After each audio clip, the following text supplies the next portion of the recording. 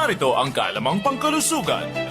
May dalawang pangkaraniwang sakit ang pwedeng mangyari sa ating tainga. Ito ay ang impeksyon sa labas ng tainga or swimmer's ear at impeksyon sa loob ng tainga o middle ear infection. Sa mga mahilig lumangoy sa dagat, pwede kayong makakuha ng impeksyon, bacteria or fungus. Nag-uumpisa ang swimmer's ear sa pangangati ng tainga. Pagkatapos ay sasakit ito at may lalabas ng maamoy na luga. Paano iiwas sa swimmer's ear? Maligo lamang sa malinis na swimming pool. Gumamit ng earplugs para hindi pumasok ang tubig sa iyong tainga. At bago lumusong sa tubig, patakan ng konting baby oil ang tainga para protektahan ito. Sa middle ear infection, mga bata ang madalas magkaroon ng impeksyon. Ang tawag ng doktor dito ay otitis media. Nag-umpisa ito sa sipon, sinusitis o allergy. Dahil dito, ang sipon mula sa ilong ay pwedeng pumunta sa tainga sa pamamagitan ng isang maliit na konektadong tubo, tinatawag na eustachian tube. Ang sintomas nito ay ang paglalagnat, pananakit ng tainga at pagkabingi. Kapag malala na ang impeksyon, pwedeng mabutas ang eardrum. Para makatiyak, kumonsulta sa isang pediatrician o ENT specialist na magbibigay ng antibiotic para sa tainga. Lenny Lin Wong, NTBC, Bida Balita.